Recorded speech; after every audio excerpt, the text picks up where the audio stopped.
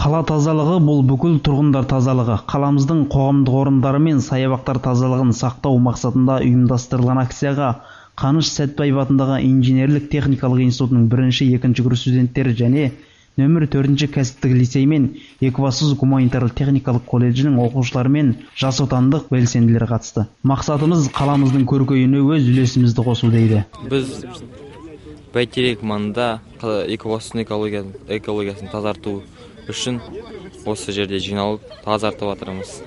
Мен IT-дің 1-ші курс студенттерді оқимын. Біз мұнда EKT және IT-дің 1-2 курстары көмектесіп жатырмыз, экологияны тазартып жүрміз.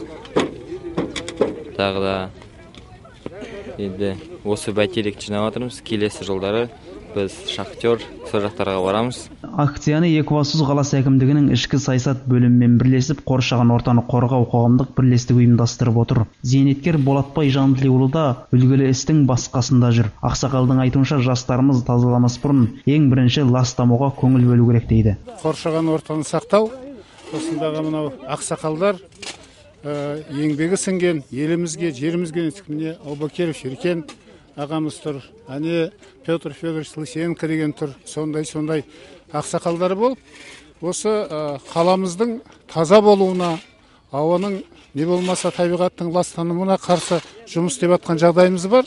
Оның ішінде бүгінгі міне қалада істелініп жатқан игі шара, жастардың істеп жатқаны соған құптаймыз. Міне бірінші қаланың әкімшілігінің ішкі саясат бөлімімен бірге осында келіп, осы шараға қатысуға келіп тұрмыз. Оқуларын бір сәтке ысырып қойып, қолдарына құрал сайман ұстап, барлығы да тазалыққа белсенді түрде кіріскен. Сонымен қатар осы күні бұдан басқа Шахтер мәдениет және демалыс саябағы мен Сапар жаймаңы да тазаланды.